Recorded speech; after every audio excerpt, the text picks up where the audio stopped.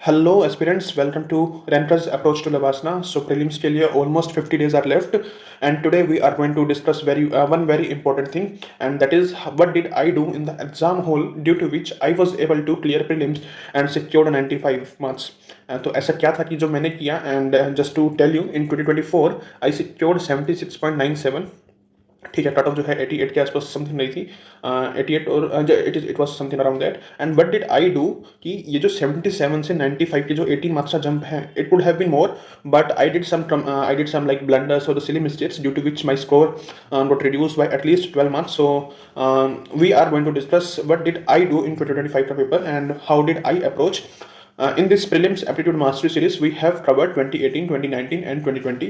My initial plan was to start with 2021, but considering the time limit and a request from certain aspirants, I thought let's start with 2025 and then we can proceed further with 2021, 2022, 2023 and 2024. And just to assure you, this series we will be covering by the end of April. So those who are watching it, first of all, thanks to all of you. And yeah, before the beginning of May we will be done, so by the end of April, yes, we will be finishing it. And yeah, let's start with the 2025 paper. The initial motive is कि भाई 50 दिन बचे हैं and we have to develop the confidence. And I will tell you कि भाई even after developing the confidence, there were around 6 to 7 questions. 6 to 7 questions का मतलब है भाई मोटा मोटा अपने 16 number 16 marks. There were 6 to 7 questions जिनमें मैंने ओवर थिंकिंग की, ठीक है, and due to which I got them wrong. And इनके गलत के कारण मेरा जो भले मेरा प्रीलिम्स क्लियर हो गया, I wrote mains, but my marksheet was 16 marks lesser. ठीक है, जो लाइक एक प्रोबेबल स्कोर हो सकता था मेरे लिए, but this is something.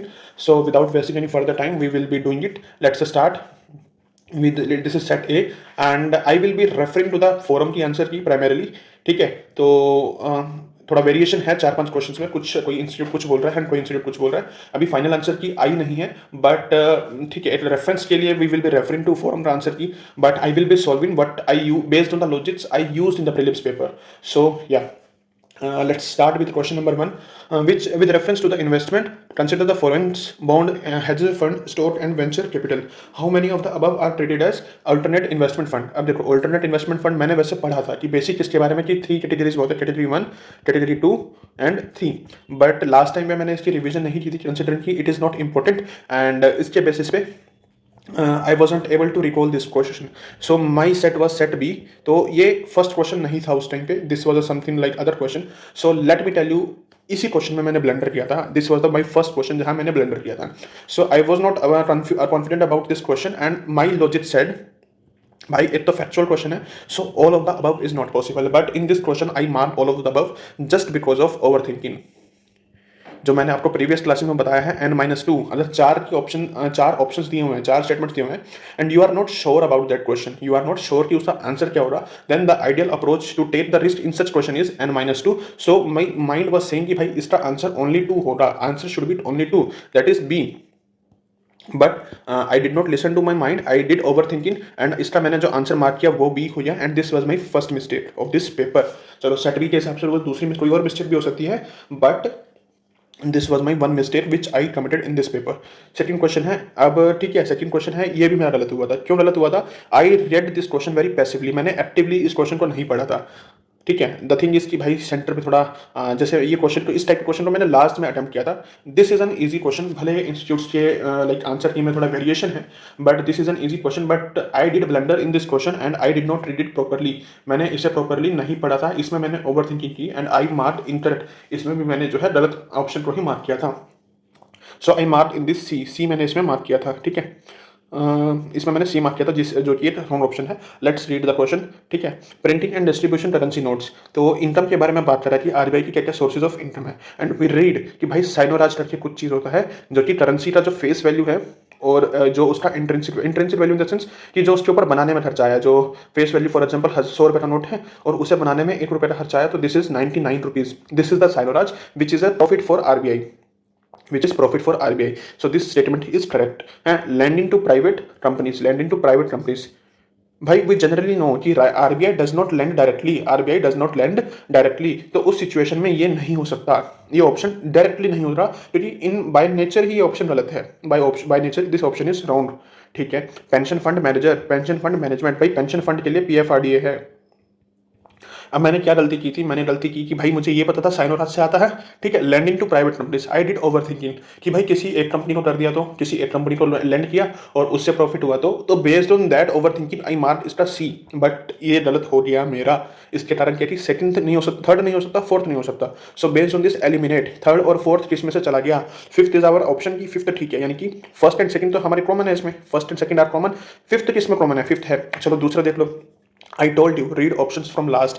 This is that mistake which I committed in certain questions as well. But इस क्वेश्चन में मैंने लास्ट से ही पढ़ा था. It is just कि मैंने पूरा क्वेश्चन ढंग से नहीं पढ़ा था and I wrote it wrong. So fifth जिसमें है वो रख लो, या तो ऑप्शन सी ठीक है या ऑप्शन डी ठीक है। फर्स्ट एंड फिफ्थ कॉमन है, सो यानी कि फर्स्ट ठीक है, फिफ्थ ठीक है। So it is now all about second, third and fourth, and I told you with the basic logic और द बेसिक नॉलेज सो कि थर्ड और फोर्थ तो हमारे गलत है। So our answer will be D, and इसमें मैंने answer मारा था सी, ठीक है। So this is a second blunder. इसमें ये अपना ये लॉजिक वाला बोल दो या इसमें रिस्ट बोल दो, ये थोड़ा अपना नॉलेज प्लस लॉजिक दोनों इसमें अप्लाई होते हैं। Let's come to question number 3। भाई देखो, अब ऐसे क्वेश्चन कोई नहीं पढ़ता, ठीक है। हल्का हल्का पता होता है कि भाई ईडी किसके अंदर है, या revenue intelligence, directorate of revenue intelligence किस डिपार्टमेंट के अंदर है, तो इतना डिटेल में हम नहीं पढ़ते। And just to tell you, ऐसा क्वेश्चन यूपीएससी ने 2024 में इंट्रोड्यूस किया था, and there is a higher probability कि 2026 में हमें ऐसे क्वेश्चंस दोबारा देखने को मिले कि 3x3 मैट्रिक्स में से बोलता हूँ कि 3 स्टेटमेंट्स हमें 3 लाइक ऐसे वर्टिकल दिए हुए हैं, 3 हॉरिजॉन्टली दिए हुए हैं लैंडस्केप में या रोज कॉलम के सेंस में।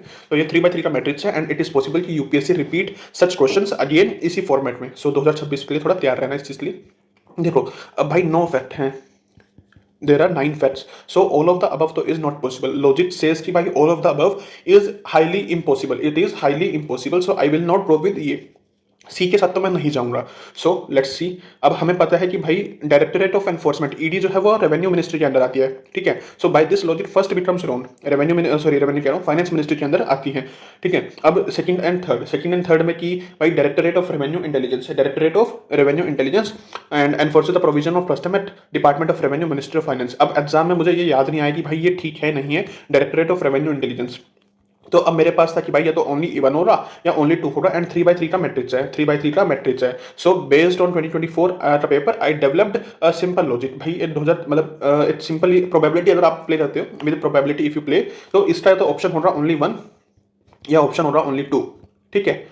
अगर ये क्वेश्चन हो 4 into 3 मैट्रिक्स का, 4 into 3 मैट्रिक्स का कि 4 है, तो उसमें I will mark with only 2। अगर ये ऑप्शन है 3 into 3 मैट्रिक्स का, तो प्रोबेबिलिटी सेज कि ओनली 1 जो है वो हायर चांस है। अब मेरे पास मैंने नॉलेज से स्टेटमेंट 1 को एलिमिनेट कर दिया, ठीक है। अब मेरे पास 2 बचे हैं। अब मुझे कोई एप्टीट्यूड समझ में नहीं आ रहा है, कोई लॉजिक समझ में नहीं आ रहा है, and I have to attempt this question. So if I have to attempt this question and I don't have the knowledge, so जो हमने प्रिंसिपल डेवलप किया था कि नॉलेज फिर एप्टीट्यूड एंड लॉजिक, उसके बाद गेस या रिस्ट, या उसके बाद जो अपना लास्ट है आर्ट ऑफ लेटिंग गो, तो मेरे पास ये मैंने यूज कर लिया। अब मेरे पास ये यूज नहीं हो रहा था, सो इट इज कि अब मेरे पास इसका ऑप्शन है, मुझे गेस करना है या रिस्क लेना है। सो based on the probability I mark option A. अब इसमें वेरिएशन है, कुछ इंस्टीट्यूट्स कह रहे हैं इसका ए है, कुछ कह रहे हैं इसका बी है। So let the answer key come, but I mark A, option मैंने इसका ए मार्क किया था, एंड फोरम और 3-4 इंस्टीट्यूट के हिसाब से इसका ए ही है आंसर। सो जब मार्कशीट आएगी वी विल डू 2025 का पेपर अगेन, तो उसमें कितने लॉजिक लाइक अप्लाई हो रहे हैं या नहीं हो रहे, so you will get to know the difference, ठीक है। Let's come to question number 4. In India, a company submitting a BRSR makes disclosure in the report that are largely non-financial, largely. And I told you कि जब भी UPSC ऐसे options ऐसे words use करता है, generally they are correct, because कोई extreme word नहीं है। ये यूपीएससी का थोड़ा फेवरेट वर्ड है, जहां ये वर्ड दिख जाए तो it is generally correct. Let's read statement number 1।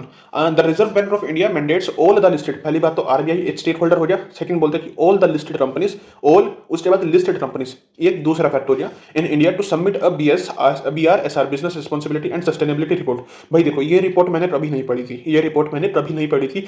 Even की प्रीलिम्स के पेपर के बाद भी मैंने सिर्फ डिस्कशन के टाइम सुना था, इसके अलावा मैंने इसे कभी नहीं पढ़ा। So but I have to attempt this question and based on my logic कि भाई इसके अंदर 2 फैक्ट है। पहली बात तो 2 फैक्ट है और एक एक्सट्रीम वर्ड है, और एक्सट्रीम वर्ड के ऊपर बेसिस पर मैंने इसे एलिमिनेट नहीं किया। इट इज की आरबीआई दिया हुआ एक इंस्टीट्यूशन है, and UPSC plays with institution. So considering की आरबीआई दिया हुआ है, ऑल दिया हुआ है और लिस्टेड दिया हुआ है, भाई अनलिस्टेड भी हो सकती है, जरूरी नहीं है।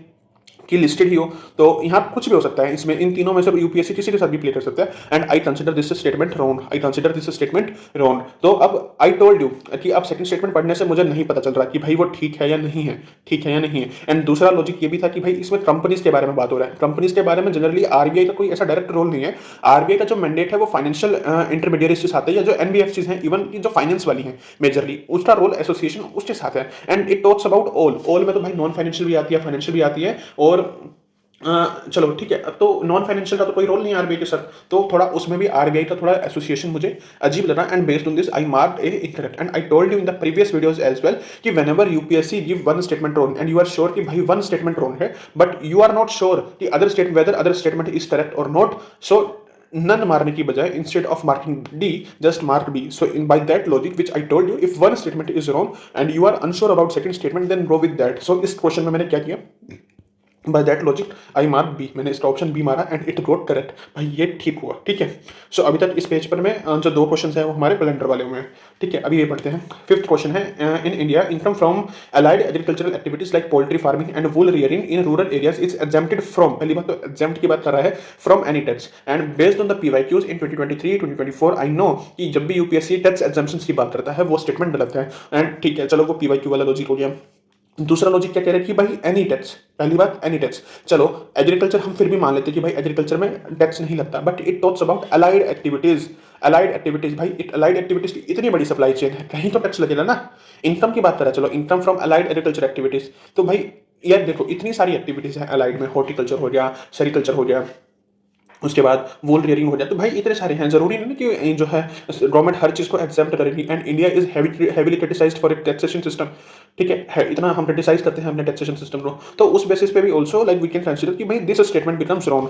तो ठीक है, this statement becomes wrong. And इन ऑप्शन की खासियत ही ऐसी है that if you eliminate one statement then you will reach the answers easily even if you don't read the other statement. But I would highly recommend you, I would highly suggest you, भाई don't read the question unread even if you sure about the answer.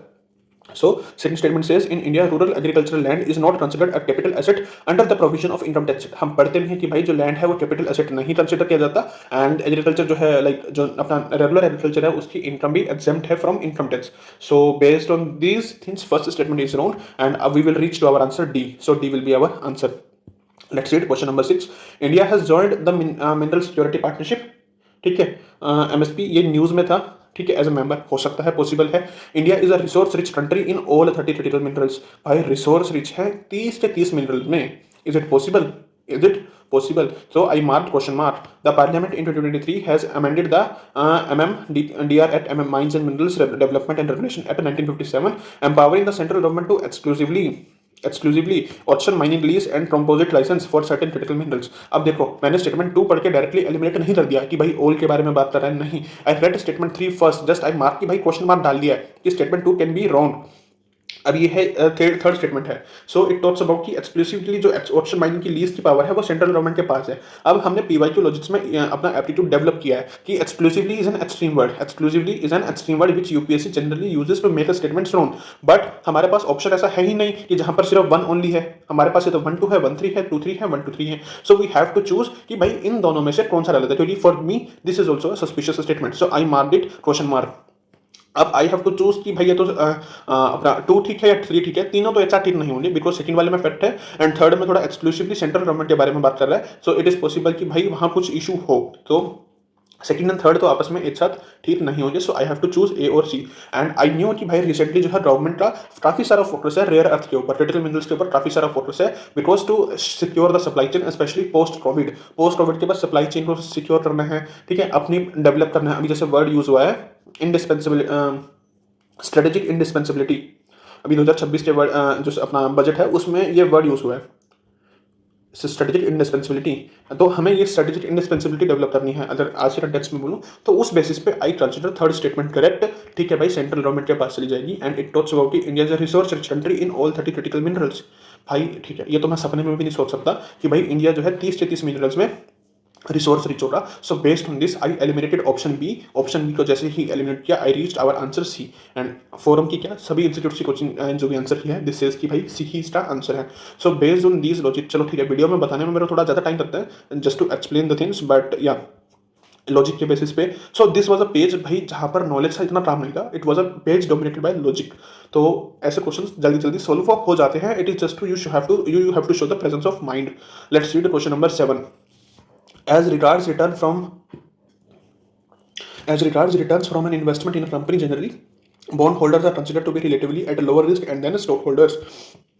भाई देखो, अब चार तीन statement हमें दी हुई हैं, अब कोई ऐसा ऑप्शन नहीं है जिसमें स्टेटमेंट वन रॉन्ग है, ठीक है। It means statement one is correct and this says कि भाई बॉन्ड होल्डर्स जो है जिन्होंने कंपनी को पैसा दिया हुआ है, लाइबिलिटी जिनकी कंपनी के ऊपर लाइबिलिटी है, कंपनी की लिए लाइबिलिटी है, वो ज़्यादा सिक्योर्ड है as compare to stock holder जिनके पास उनकी कंपनी की ओनरशिप है, ठीक है भाई। जनरली होता भी है। अब इसके रीजन दे रखे हैं। Bond holders are lenders to a company where stock holders are its owner and we read भाई जब भी कंपनी लिक्विडेट होती है, बॉन्ड होल्डर्स या डिबेंचर होल्डर्स को पहले पैसा दिया जाता है as compare to share holders. So this is correct and this is correct कि बॉन्ड होल्डर्स जो है वो लेंडर्स हैं, बॉन्ड होल्डर्स जो है लेंडर्स हैं, लेंडर्स को पहले पैसा दिया जाता है। लेंडर्स जो है सेफ मतलब एक सिक्योर्ड सेंस में आते हैं कि भाई कंपनी नीलाम होगी तो लेंडर्स को पहले पैसा दिया जाएगा, तो that's why they are generally secured, generally considered relatively as at lower risk पे, क्योंकि बॉन्ड होल्डर जो है वो लेंडर हैं।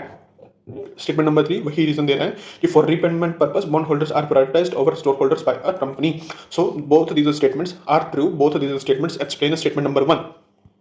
कोई इसमें एक्सट्रीम चीज़ नहीं है, कुछ अननेसेसरी चीज़ नहीं है, it is just pure knowledge and some भाई कुछ क्वेश्चंस में प्योर नॉलेज लगेगी, कुछ क्वेश्चंस में लॉजिक लगेगा एंड कुछ क्वेश्चंस में मिथ्स लगेगा। So I hope you got the understanding कि भाई इसमें ऐसा क्या हुआ था, ठीक है, इसमें ऐसा क्या हुआ था, क्योंकि this is generally we read, हमें पता होता है भाई सी स्टैटिक नॉलेज है अपनी, और इसके बेसिस पे we reach our answer question number 7 का, ठीक है। Let's come to question number 8। India accounts for a very large, चलो लास्ट से पढ़ते हैं। There is no regulatory board, I told you that's why कि भाई लास्ट से पढ़ो।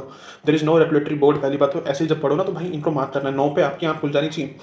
बस इसको पढ़ के स्टेटमेंट नहीं गलत करना, we have to read the entire statement, we have to understand the essence of the entire statement and after that only we have to take the call की चॉइस कौन सी हमें मार्क करनी है। There is no regulatory body either to warn the small investors about the risk of option trading or to act an on unregistered financial advisers in this regard. तो भाई सेबी किस लिए है, सेबी किस लिए है, so this statement becomes wrong, ठीक है, and we will reach to our answer A. But still कि दोनों ऑप्शन वाली स्टेटमेंट्स हैं वो पढ़ लेते हैं। India stock market has grown rapidly in the recent past even overtaking Hong Kong at some time. अगर आपने ऊपर से इसे पढ़ा होता, इट इज पॉसिबल कि आप इसको स्टेटमेंट नंबर 2 को जो है इनकरेक्ट मान लेते। क्यों?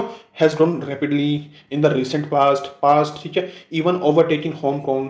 भाई ये जनरली हम न्यूज़ में नहीं पढ़ते हैं, एंड इससे कि भाई कि इंडिया की स्टॉक मार्केट ने हांगकांग को ओवरटेक कर लिया है। And there are certain aspirants जो स्टेटमेंट की एसेंस को नहीं पढ़ते हैं, they just cherry pick the words, certain words उठा लेंगे जैसे ओनली, एक्सट्रीमली, एक्सक्लूसिवली, रैपिडली, और उस बेसिस पर स्टेटमेंट अलग कर देंगे। लास्ट में फिर प्रीलिम्स नहीं होता तो दे ब्लेम अदर पीपल कि भाई उन्होंने ऐसा बताया था एंड आई डिड ऐसे, और उसके बेसिस पे मेरे क्वेश्चन चला तो गया and I don't trust such logic such aptitude. तो भाई उनका कुछ नहीं हो सकता, क्योंकि this requires practice. You don't just need to cherry pick the things, you have to practice, you have to develop the understanding, you have to understand the essence of the statement. तो ये कह रहा है कि भाई stock market grow हुई है और रिसेंट पास्ट में और सम पॉइंट ऑफ टाइम, ये लास्ट वाला नहीं पढ़ा किसी ने भी, सम पॉइंट ऑफ टाइम, ठीक है भाई, रैपिडली ग्रो हुई थी, इंडियन मार्केट में बूम आया था स्टॉक मार्केट में, और हो सकता है कि हांगकांग की मार्केट को ओवरटेक कर लिया हो, बट दिस डज नॉट से कि भाई कंसिस्टेंटली ओवरकम किया at some point of time, so it is a moderate shipment despite having some heavy words like rapidly, overtaking, तो इस टाइप के चल, ठीक है। Let's read statement number 1। India accounts for a very large portion of all equity options contract traded globally,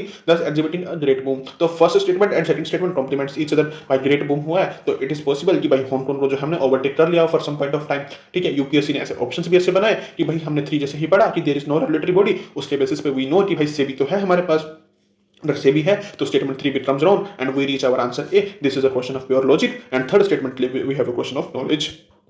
Let's come to question number 9. This is a question of extreme easy, ये मतलब इतना easy question था, but I did overthinking, and इसमें जब मैं रात को answer की मिला रहा था अपनी, and when I checked this question, तो भाई लिटरली बता रहा हूँ, इस क्वेश्चन को मैंने जब ऐसे क्रॉस मारा ना अपने पेपर में, I slapped myself twice because मेरा इकोनॉमिक्स ऑप्शन है। तो उस बेसिस पे भी जब लाइक मैंने कंसिडर किया कि भाई ऐसे ऐसे ब्लेंडर किए हैं मैंने, and I was literally at that moment shattered कि भाई मैंने ओवर थिंकिंग के चक्कर में क्या किया, एंड उसी के कॉन्सिक्वेंस में मैंने अपने आप को 2 थप्पड़ मारे दिए। सो समटाइम्स इट हैपन्स कि ओवर थिंकिंग चलते आप गलत कर दो, but this is an easy question which you are not expected to make wrong, so I mark it third prelim still. चलो इसको पढ़ते हैं, क्या है इसका। ठीक है, ऐसे ऑप्शन है कि फर्स्ट स्टेटमेंट तो ठीक ही है, circular economy reduces the emission of green house gases. Circular economy का कंसेप्ट ही ऐसा है कि भाई हम रिसाइकल करेंगे, रीयूज करेंगे जो हमने ऑलरेडी चीजें यूज कर ली हैं। So if we are recycling them, if we are reusing them, तो ऑब्वियस है ना कि न्यू प्रोडक्शन नहीं हो रहा है उन चीजों का। So we are recycling them, we are reusing them, तो उससे जो जीएचजी ग्रीन हाउस इमिशन है वो कम हो रहा है। ठीक है, अभी लॉजिक मुझे पता था, ठीक है, सर्कुलर इकोनॉमी है, मुझे पता था क्या होती है। Circular economy reduces the use of raw material as input. Circular ठीक है, अब ना मैंने ओवरथिंकिंग क्या की, मैंने ओवरथिंकिंग इस स्टेटमेंट में की, मैंने ओवरथिंकिंग इस स्टेटमेंट में की।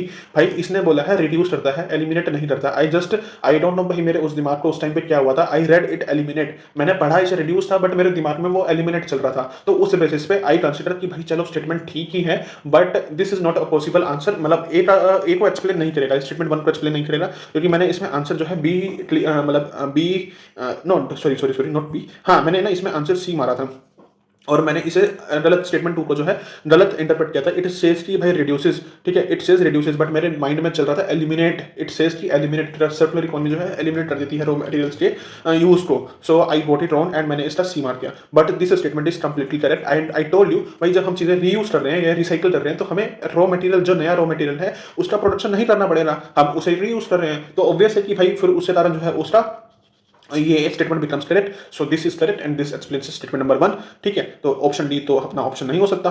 ठीक है, circular economy reduces wastage in the production process. Circular economy reduces wastage in the production process. For example भाई कुछ एक प्लांट है, उसमें प्लास्टिक के पाइप्स बनाए जा रहे हैं, अब कुछ वेस्ट निकला उससे।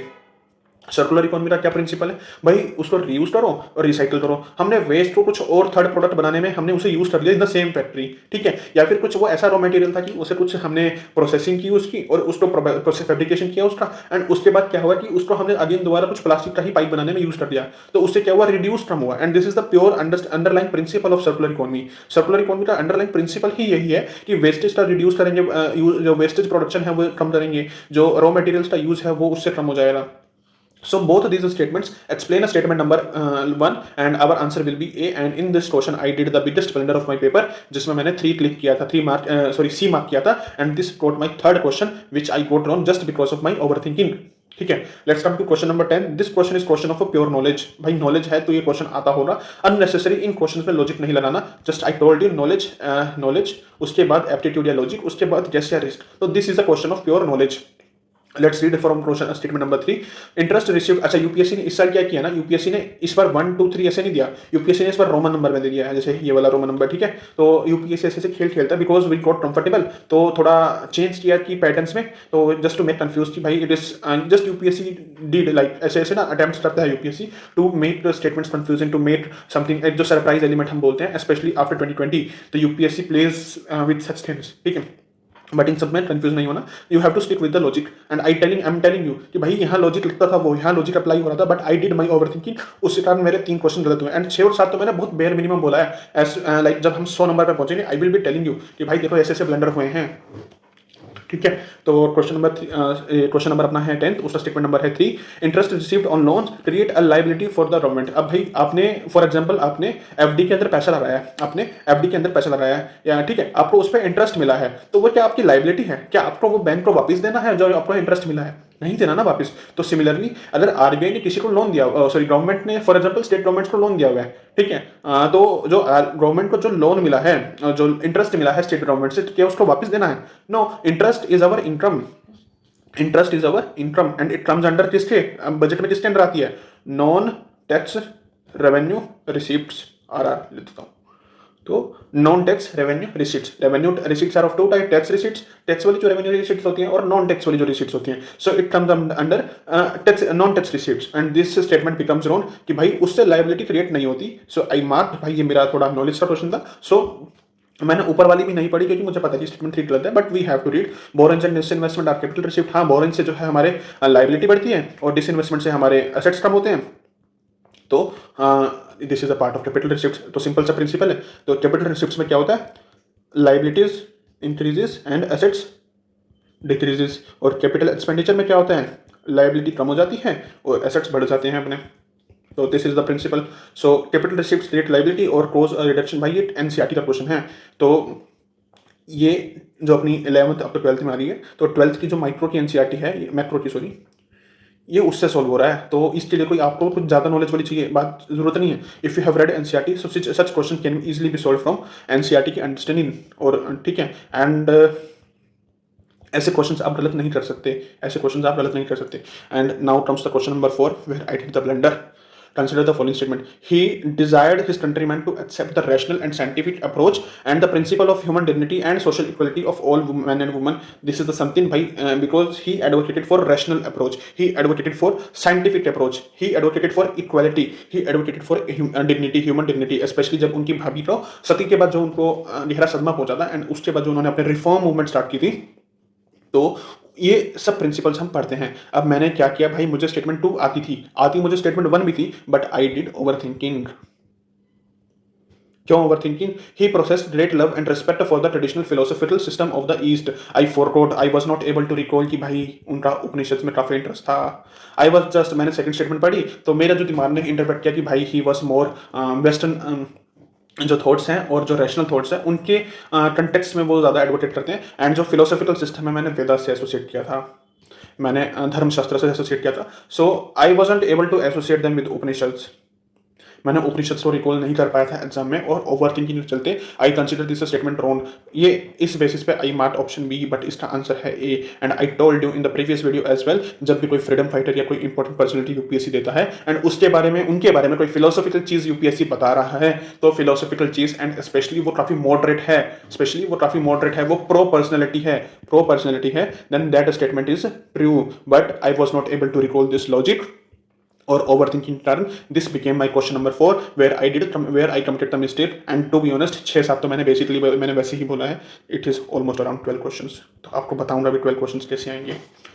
So consider the following subject, so इसका आंसर है अपना C, ठीक है। तो consider the following subject with regards to non cooperation movement, तो non cooperation program, तो ठीक है।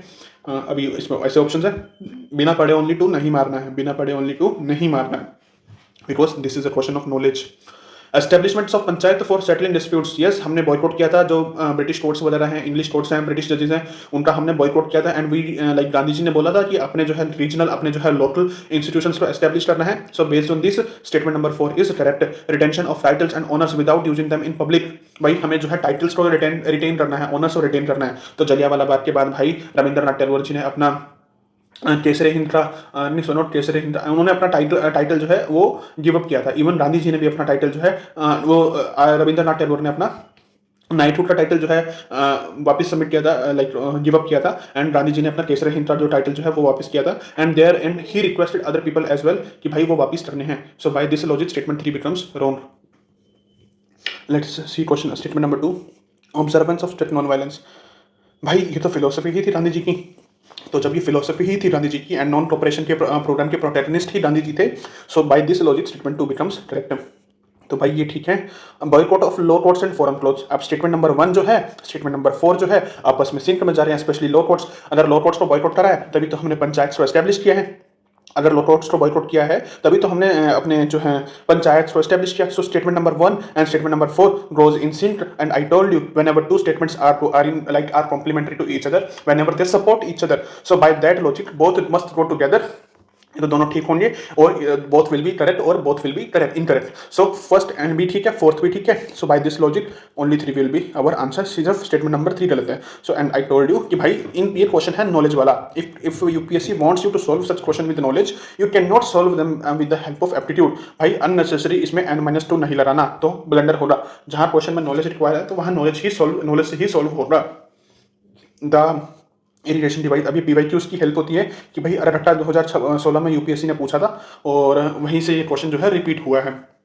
तो जिन्होंने पीवाईक्यूज पढ़े हुए हैं it becomes easy. For example वो जो इनकम टैक्स वाला क्वेश्चन था जो ऊपर एग्रीकल्चर वाले अलाइड एक्टिविटीज में था, भाई वो टैक्स वाला क्वेश्चन भी यूपीएससी ने पूछा हुआ है। एक तो इनविट्स के बारे में पूछा हुआ था, ठीक है, एक पूछा हुआ था वो इन्फ्लेशन इंडेक्स बॉन्ड के टाइम पे कुछ पूछा हुआ था। इन्फ्लेशन इंडेक्स बॉन्ड का क्वेश्चन था 2021 या 22 का, उसमें भी यूपीएससी ने पूछा था। इनविट्स में भी यूपीएससी ने पूछा था। तो भाई ऐसे क्वेश्चंस को ऑब्जर्व करना होता है।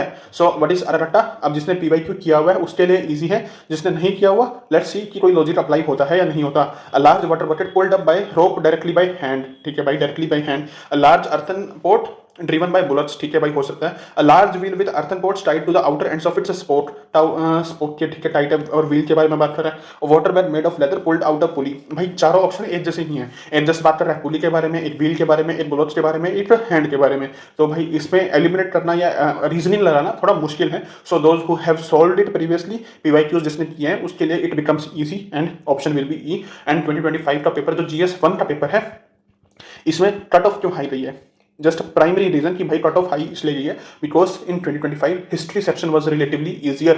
हिस्ट्री सेक्शन जो है रिलेटिवली इजियर था। जैसे राजा राम मोहन रॉय का क्वेश्चन एनसीपी का क्वेश्चन हो गया, या ये अरहट्टा वाला क्वेश्चन हो गया, इवन ये मत्त विलास विचित्र चित्रकूट, ये 1980s या 90s के कोई क्वेश्चन में आया हुआ था, मत्त विलास से बोलते हैं।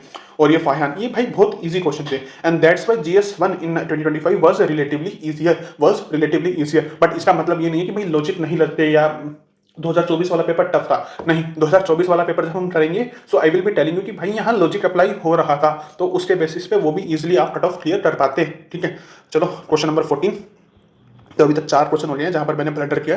सो इट इज मत्त विलास विचित्र चित्र एंड गुणभारा, भाई मुझे पता था, मैंने पढ़ा हुआ था। सो based on this Mahendra Varman 1 was the answer. अब यूपीएससी थोड़ा ट्रैप करना शुरू कर दिया, जैसे सिम्हा विष्णु सिम्हा वर्मन। अब जिसे नहीं पता, क्योंकि ये क्वेश्चन है नॉलेज वाला, सो जिसने थोड़े एप्टीट्यूड किया हुआ है या जिसने ये लॉजिक्स के वीडियोस पहले देखे हुए हैं, तो व्हाट विल ही डू? तो वो भाई सिम्हा अगर 2 नाम एक जैसे दिए हुए हैं तो यूपीएससी ऐसे जो रहेगा, ऐसे ही वर्मन, तो या तो आंसर होगा ए या सी में से, या आंसर होगा बी या डी में से।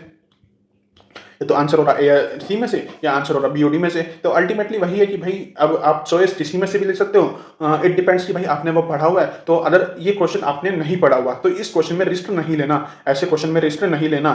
तो this such question is skippable. अब वो कहते हैं ना कि भाई वो ए वाला ट्रिक, अगर नहीं आता तो ए पे क्लिक कर दो, ए पे मार दो। भाई आता तो अरघट्टा मिलता काफी लोगों को, अब ए पे मारते तो ये गलत होता। सो सच क्वेश्चन आर स्किपेबल, अगर नहीं आता तो स्किप करो। सिमिलरली 14th में, अब 14th में चलो ये अप्लाई हो रहा था ए वाला, बट स्टिल अगेन जब क्वेश्चन नंबर 15 पढ़ोगे तो उसमें नहीं अप्लाई हो रहा, क्योंकि इसका आंसर है चंद्रगुप्त 2। फायन किस टाइम पे आया था? फायन आया था अपने चंद्रगुप्त 2 के टाइम पे। तो यहाँ भी जो है अपना वो तो लग नहीं रहा लॉजिक कि ए वाला हो गया। सो जहां नॉलेज एक्सपेक्टेड है, ये भी नॉलेज वाला क्वेश्चन है, अगर आता है तो ठीक है, वरना स्किप मारना है। अननेसेसरी रिस्क नहीं लेना। अगर आप इसमें तीनों में ऑप्शन ए मारते तो आपका जो स्कोर मिलता वो आपको मिलता 0.66। तो मतलब इस बेसिस पे रिस्क ले सकते हो कि अल्टीमेटली नेट पॉजिटिव है, बट वही है कि अपना रिस्क टेकिंग एपेटाइट कितना है, RTA आपका कितना है, रिस्क टेकिंग एपेटाइट आप कितना रिस्क ले सकते हो पेपर में। So it depends on that only, but I would highly recommend until and unless you are sure कि भाई आप जो है डिसेंट नंबर क्वेश्चंस अटेम्प्ट कर चुके हो and you are confident in such questions, तो ही इन क्वेश्चंस में रिस्क लेना, अदरवाइज रिस्क नहीं लेना। But these questions demand knowledge, ये नॉलेज वाले क्वेश्चन है, तो it is expected from you to solve them with knowledge. Who among the following led a successful military campaign against the kingdom of Srivijay, the powerful marine state which ruled the Malay Peninsula, Sumatra, Java and neighboring island? अमोट वर्ष, प्रताप रुद्र काकटियास के, Rajendra one Hoysala. अब भाई जिसने भी imperial Cholas पढ़े हुए हैं तो उनको पता है कि भाई वो इंपीरियल चोलास के ही राजा थे जिन्होंने ऐसे majorly I am saying majorly, तो जो ऐसे एक्सपीडिशंस किए हैं स्पेशली साउथ ईस्ट एशिया के अंदर, क्योंकि मलय पेनिनसुला अपना साउथ ईस्ट एशिया में आता है, समुद्र जो वो इंडोनेशिया के हैं, तो उस बेसिस पे our answer will be C. Again this question is a question of knowledge, जिसे आता है, this is repeated from PYQ। तो वही बात आती है कि भाई अगर चारों ऑप्शंस में क्वेश्चंस में आप ए भी मारते तो नेट स्कोर जो होता अपना 0 होता। तो अगर आपको आता है ठीक है, अगर नहीं आता तो स्किप करने का है। अब ये क्वेश्चन है, with reference to ancient India 600 से 322 BC, consider the following territorial region river flowing into the region. अस्माता ये अपने महाजनपद थे, गोदावरी ठीक है, कम्बोज, विपास, अवंती, महानदी, कौशल, सरयू। अब ये क्वेश्चन में ठीक है मुझे एक आधा पता था कि भाई शायद ये हो सकता है, जैसे कौशल का सरयू मैं थोड़ा एसोसिएट कर पा रहा था, जैसे कौशल से राम जी हैं तो, और अपने सरयू नदी है वहाँ से बहती है, तो मतलब थोड़ा शायद ये आई एम नॉट श्योर कि ये ठीक है नहीं है, बट मैंने ऐसे एसोसिएट किया था, ठीक है, ऐसे इनको इस चीज़ को एसोसिएट किया था। बट अल्टीमेटली आई वाज कि भाई अटेम्प्ट तो करना है इस क्वेश्चन को, I will not skip this question. Knowledge से तो सॉल्व हो नहीं रहा, एप्टीट्यूड इसमें कुछ लग नहीं रहा, and I MARD it be, मैंने इसको बी मारा था, कुछ नहीं अपना N-2 वाला मैंने इसमें अप्लाई किया था, and our answer is B only. तो not every question requires knowledge, ठीक है, या तो अपना आंसर है बी है। और ऐसा नहीं कि भाई मैंने बिना पढ़े मार दिया, मैंने पढ़ा, थोड़ा सोचने का ट्राई किया, but I was not able to recall anything to substantiate my answer to take a decision. But question skip नहीं करना, I have to attempt almost 90 question जब मुझे अटेम्प्ट करने हैं। So based on the chain of principles मैंने knowledge apply किया, नहीं लग रहा, एप्टीट्यूड लॉजिक अप्लाई किया, नहीं लग रहा, उसके बाद मेरे को जो है मुझे अप्लाई करना था गेस या रिस्क, तो उस बेसिस पर मैंने अपना N-2 लगाया। ऑल फॉर तो भाई कभी नहीं हो रहा, तो ऑल फॉर के पीछे मत जाना।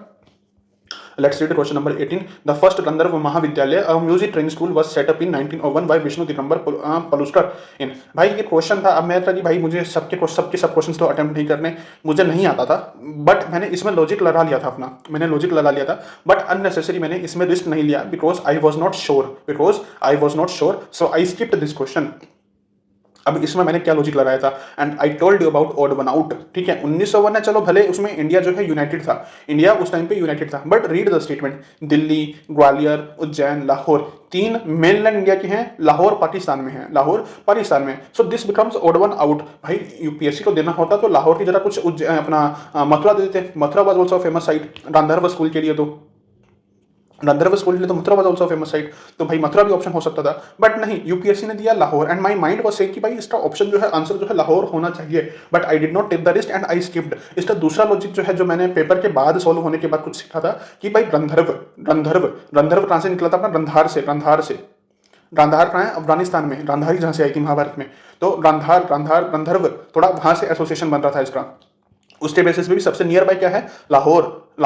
बट ये बोल रहा कि भाई गंधर्व महाविद्यालय ट्रेनिंग म्यूजिक स्कूल है, तो भाई वो कहाँ सेटअप हुआ था, भाई इसमें ऐसे डायरेक्टली पता होना तो थोड़ा मुश्किल वाली बात है। सो ये दो लॉजिक है कि भाई या तो ऑड वन आउट लगा लो आप, उससे भी लाहौर आंसर आता है, एंड ठीक है, अब जब आपके पास सॉल्यूशन है लास्ट में, सॉल्यूशन के बेसिस पे तो आप कुछ भी कर सकते हो, तो उस बेसिस पे अभी कुछ जो ये ट्रिक्स बताने वाले इंडिविजुअल्स हैं, ये जो इंस्टीट्यूट्स हैं, जैसे कि भाई गंधर्व आ रहा है गांधार से, और गांधार जो है अपना अफगानिस्तान में है, और उसके बेसिस पे लाहौर पास में है, ठीक है भाई, ये लॉजिक हो सकता है, ये उनका अप्रोच हो सकता है, बट समटाइम भाई it is not that easy to develop that confidence कि भाई ऐसे इनडायरेक्ट एसोसिएशंस बनाए जाए, किसी ने बनाए हैं तो अच्छी बात है, अगर पेपर में वो इंडिविजुअल बना पाया, बट जो मेरा लॉजिक था वो ऑड वन आउट था, but I was not completely sure, मैंने कहा कि भाई 100 के 100 तो अटेम्प्ट नहीं करने हैं, so I skipped this question, तो यहाँ पर मैंने कोई ब्लंडर नहीं किया। Let's read question number 19। अब प्रदेशिका है, राज्य का है, युक्त है, भाई ये स्टैंडर्ड क्वेश्चन है, बट आई डिड, यहाँ पर फिर से मैंने ब्लंडर किया, यहाँ मेरा 5th क्वेश्चन था, रॉन्ग हुआ। अब ये क्वेश्चन मैंने ओवर थिंकिंग से नहीं किया, जस्ट बिकॉज कि मुझे कुछ फैक्चुअल चीजें याद नहीं होती, I got my self confuse कि भाई प्रदेशिका है, राज्य का, युक्ता क्या है, तो इसके बेसिस पे मैंने इसका जो है कोई और ऑप्शन, मैंने इसका शायद प्रोविंशियल एडमिनिस्ट्रेशन मार्क किया था, बट इसका आंसर जो है ऑप्शन बी है। सो इसको मैं ओवर थिंकिंग नहीं मानूंगा, कुछ क्वेश्चन तो देखो गलत होंगे, we don't need 100% accuracy, but this is something which you are expected to know, ये आपको पता होना चाहिए, बट मैंने ठीक है लास्ट टाइम पे इतना एंशिएंट और रिवाइज नहीं किया था, so I was not able to recall कि भाई ये सब क्या है, एंड फैक्चुअल में मेरा थोड़ा लाइक इतना स्ट्रॉन्ग होल्ड नहीं है, सो based on this I got it wrong, मैंने इसका सी लगाया था, बट इसका आंसर जो है बी है। Let's come to question number 20। Consider the following. अब नॉन कॉपरेशन के ऊपर दूसरा क्वेश्चन आया है, ठीक है, एंड नॉन कॉपरेशन और सीडीएम भाई यूपीएससी के फेवरेट टॉपिक्स हैं, मेंस में पूछता है UPSC. It was to be implemented in stages with a civil disobedience and a non-payment of taxes for the next stage only if Swaraj did not come within a year and the government resorted to repression। तो भाई क्या बोल रहा है कि NCM जो है वो स्टेजेस में इंप्लीमेंट हो रहा है सिविल डिसोबीडियंस के साथ में और नॉन पेमेंट ऑफ टैक्सेस के साथ for the next stage only if Swaraj did not come within a year and the government resorted to repression. ठीक है भाई, इसमें कोई दिक्कत वाली बात नहीं है, स्टेटमेंट में कुछ ऐसा नहीं है कि भाई कुछ एग्जैजरेशन डाल दिया है, नहीं, ये नॉन कॉपरेशन की आइडियोलॉजी के साथ जा रहा है। Even if you are not sure about this statement you can consider this correct, इसको कंसिडर करना करेक्ट, और मैंने पेपर में से करेक्ट ही कंसिडर किया था, भले मुझे ये स्टेटमेंट अच्छे से नहीं पता, बट मैंने इसकी आइडियोलॉजी जो इसका एसेंस है वो मुझे एनसीएम के साथ लाइन में लगा, तो I consider this correct. Statement number 1, the Congress declared the attainment of Swaraj by all legitimate and peaceful means to be its objective. Swaraj का मतलब ही गांधी जी ने वो दिया था, जब गांधी जी मूवमेंट को लीड कर रहे हैं तो कांग्रेस भी वही उसी चीज से इन्फ्लुएंस हुई थी, तो statement 1 is also correct. So I mark it answer C. तो 20 तक जो मैंने मार्क किया था आंसर सी था, और कोचिंग इंस्टीट्यूट ने भी इसका आंसर जो दिया है सी ही दिया है, तो इस बेसिस पे ऐसे लॉजिक चलेंगे and you can solve this question. ठीक है भाई, अब ये बोल रहा है कि how many of the above members are in NATO. NATO में कितने मेंबर्स हैं, नॉर्थ अटलांटिक ट्रीटी ऑर्गेनाइजेशन। भाई देखो, मुझे पता था कि यूपीएससी नेटो वाला क्वेश्चन पूछ सकता है, बट ठीक है यार, मेरे को नहीं होते ऐसी चीज़ें, सारी फैक्चुअल चीज़ें याद नहीं होती, तो अब कुछ है कि भाई अब इनमें से कौन कौन से होंगे, कौन कौन से नहीं होंगे। अब मुझे याद है कि भाई जो अपने नॉर्डिक कंट्रीज है, जो अपने नॉर्वे, स्वीडन, फिनलैंड है, उनमें से शायद कोई एक या दो कंट्री है जिसको, अभी एक कंट्री है जिसने रिसेंटली ज्वाइन किया है, but again I was not able to recall this topic in paper. भाई पेपर में मुझे याद नहीं आया, but I have to attempt this question, तो मैंने क्या किया, n-2 जिंदाबाद। क्यों, नॉलेज से हो नहीं रहा था, एप्टीट्यूड लॉजिक में कुछ लग नहीं रहा था, इसमें लास्ट में बचा गेस और रिस्क, तो उस बेसिस पे मैंने इसको n-2 लगाया and I mark option B, and our option B is the answer नहीं है, इसका ऑप्शन सी लाइक फॉरम नहीं, सॉरी ऑप्शन, हाँ, फॉरम के हिसाब से ओनली बी ही इसका आंसर है। ठीक है, आई जस्ट गॉट कंफ्यूज्ड। तो अपना बी ही इसका आंसर है और n-2 के बेसिस पे ये ठीक हो रहा है। अगेन क्वेश्चन नंबर 22, अब Andes mountain pass through how many of the above countries. अब मुझे पता है भाई एंडीज का, मुझे पता है, मैंने लाइक मैपिंग जो की थी वो सुदर्शन सर की क्लासेस से की थी। सो मैंने काफी बार इसकी मैपिंग की है, तो उस बेसिस पे मुझे पता था कि भाई इसका आंसर क्या होगा। सो Bolivia is correct, Brazil is correct, Colombia is correct, Ecuador is correct, Paraguay में नहीं है और वेनेजुएला में भी नहीं है। वेनेजुएला में एंडीज नहीं आई गेस, ये शायद हाँ कोलंबिया में है, बोलीविया में एक्सटेंशन जाता है, ब्राजील में भी एक्सटेंशन जाता है। आई एम नॉट एग्जैक्टली लाइक, अभी थोड़ा रिवाइज नहीं किया तो अभी थोड़ा अच्छे से याद नहीं आ रहा। तो ये तो ब्राजील है या वेनेजुएला है, आई गेस वेनेजुएला।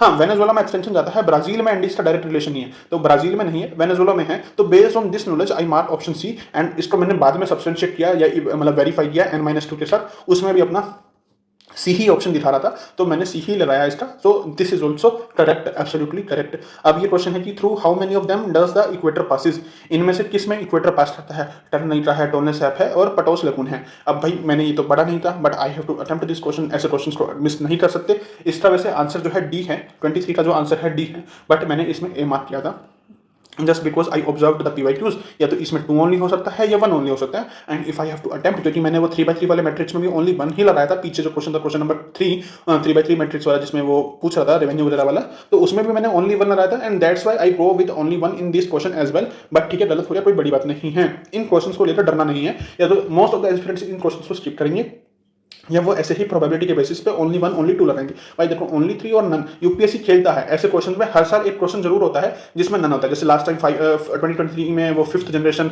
2023 या 2024 में 5th जनरेशन वाला पूछ लिया था यूपीएससी ने। तो ऐसे क्वेश्चन यूपीएससी देता है जिसमें नन ऑप्शन होगा, but these are not the standard, वो स्टैंडर्ड नहीं है। ठीक है, या तो ओनली 1 ओनली 2 इनमें से कोई ना कोई तो होगा, बट ठीक है हर क्वेश्चन जरूरी है ठीक हो आपका, तो उसके बेसिस पे डी। क्योंकि हमें 200 नहीं लेके आने भाई, हमारा 100 भी आएगा, काम चल जाएगा।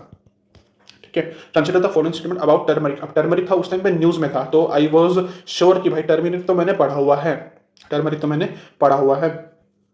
उसके बेसिस पे India is the largest producer and exporter of turmeric in the world. India जो है लार्जेस्ट प्रोड्यूसर भी है और एक्सपोर्टर भी है। तो भाई ये स्टेटमेंट मैंने उस टाइम पे पढ़ी हुई थी। एक बार के लिए मुझे डाउट हुआ था अफगानिस्तान के साथ कि कहीं अफगानिस्तान तो लार्जेस्ट प्रोड्यूसर और कंज्यूमर नहीं है इसका, बट नहीं, बट फिर मेरे को ठीक है कि मुझे रिस्क लेना था, तो मैंने कहा कि भाई पढ़ा हुआ है and my mind is saying कि भाई ऐसा हो सकता है। So I consider this statement correct, I consider this statement correct. More than 30 varieties of turmeric are grown in India. ये मैंने ओडिशा के कंटेक्स्ट में कुछ पढ़ा था कि शायद जीआई इंडिकेटर किसी टर्मरिक की वैरायटी को मिला था उस टाइम पे। सो करंट अफेयर्स के कंटेक्स्ट में मैंने पढ़ा था कि इट इज सेइंग की, और इट सेज कि मोर देन 30, कोई प्रिसाइज नंबर नहीं दे रहा है कि भाई 35 ही होती है या 40 होती है, कोई प्रिसाइज नंबर नहीं दे रहा है, रेंज दे रहा है। सो आई मैंने थोड़ा इसको पढ़ा भी था, तो वो नॉलेज से भी सब्सटेंशिएट हुआ, वो नॉलेज से भी उसको बैकिंग मिली, एंड उसके बेसिस पे I consider this correct.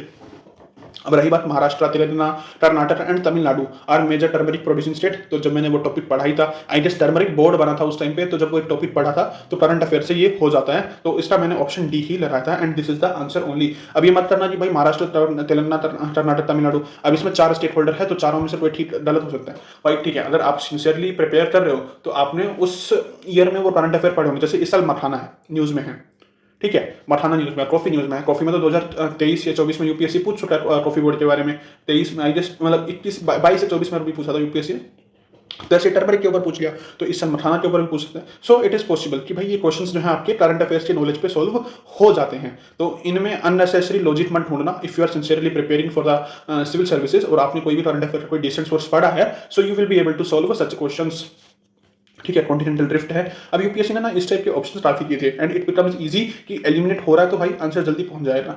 The Gondwana land system of sediments from India is known to have the counterpart in 6 different land masses of the southern hemisphere.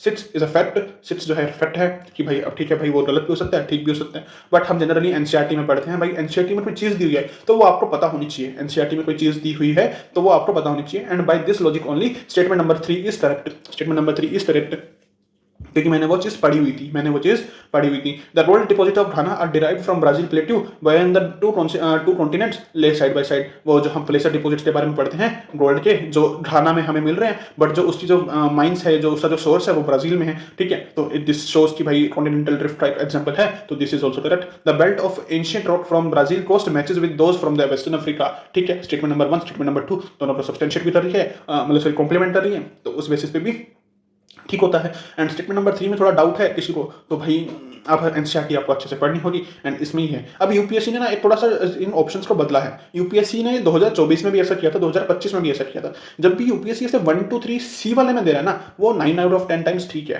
तो उधर आपको नहीं पता और आपको रिस्क लेना है उस क्वेश्चन में, तो यू कैन कंसिडर, अगर सी में दे रहा है वो, सी में या डी की बजाय कहीं और भी दे रहा है, तो you can consider that correct. भाई किसी स्टेटमेंट में डाउट है but you are not sure कि whether to eliminate that statement or not, और आपको उस पर मार्क करना है, तो you can go with all of the above only and only जब वो डी की बजाय किसी और ऑप्शन में, जैसे ए में दे दिया या बी में दे दिया या सी में दे दिया, तो वहां ठीक हो सकता है। 2024 में भी आई गेस 3 क्वेश्चन में था जहां यूपीएससी ने ऑल ऑफ द अबव वाला जो है सी में दिया था, नॉट इन डी, तो वो तीनों क्वेश्चन ठीक थे, तो वो यहां चीज रेप्लीकेट हो रही है। Let's come to question number 26, statement number 2। चलो 1 से पढ़ते हैं। The amount of dust particles in the atmosphere is more in subtropical and temperate region than in equatorial and polar region. Factual चीज़ है भाई, हम पढ़ते ही हैं कि रेन इक्वाटोरियल में जो है अपने 4 o'clock शावर होते हैं, तो रेनफॉल काफ़ी फ्रीक्वेंट होती है। उस कंटेक्स्ट में जो है अपना ट्रॉपिकल और टेम्परेट जोन में ज़्यादा होने चाहिए अपने dust particle. And polar region में इतना ह्यूमैनिटी पॉपुलेशन है ही नहीं, अपना मेजर पॉपुलेशन क्या है, या तो ट्रॉपिकल एरिया में है या टेम्परेट जोन में है, तो भाई पोलर रीजन में डस्ट पार्टिकल कहाँ से आएंगे ऐसे इतने ज़्यादा, तो रिलेटिवली अपने सब ट्रॉपिकल बेल्ट में और टेम्परेट बेल्ट में ही ज्यादा होने चाहिए। तो ये ठीक है, ये स्टेटमेंट ठीक होती है। सब tropical and temperate areas have less dry winds, तो भाई सब ट्रॉपिकल एरियाज में और टेम्परेट एरियाज में ड्राई विंड्स कम है। भाई ड्राई विंड्स कम होगी तो मतलब वो मॉइस्ट विंड है, मॉइस्ट विंड का मतलब है वहाँ पर बारिश होनी चाहिए, तो दिस बिकम्स रॉन्ग। भाई हम तो पढ़ते ही हैं, लू तो होती है, और इतनी सारी जो है हम ड्राई वार्म विंड्स पढ़ते हैं अपने ट्रॉपिकल और सब ट्रॉपिकल एरियाज में, तो this statement becomes wrong. And यही लॉजिक के बेसिस पे आई मार्क इसका सी, और अपना आंसर भी सी ही है। भाई सब ट्रॉपिकल एरिया में तो मॉइस्ट विंड्स तो है ही अपनी, मतलब मॉइस्ट विंड है बट ड्राई विंड्स भी हैं। एंड ड्राई विंड्स क्यों हैं भाई, सब tropical is an area of descending, जहाँ पर जो है अपना इक्वेटर से हवा उठ रही है और यहाँ सिंक कर रही है। सिमिलरली जो अपना ये अपना हेडलेस सेल है, ये फेरल सेल है, तो फेरल सेल जो डिसेंडिंग लिम्ब है वो भी सब ट्रॉपिकल एरिया में आ रहा है। तो अगर सब ट्रॉपिकल एरिया में आ रहा है तो ये हाई प्रेशर जोन है, हाई प्रेशर है, तो भाई वहाँ पर ड्राई विंड्स तो होंगी ही, ड्राई विंड्स तो होंगी ही, कि भाई मॉइस्ट वाली कंडीशन नहीं है ना, वो अपना जो है एडाबेटिकली वो वार्म हो जाती है, तो भाई ड्राई विंड्स तो है अपने पास। तो by this logic also statement number 2 is incorrect and our answer will be C, और ऐसे ऑप्शन में तो इट बिकम्स इजी।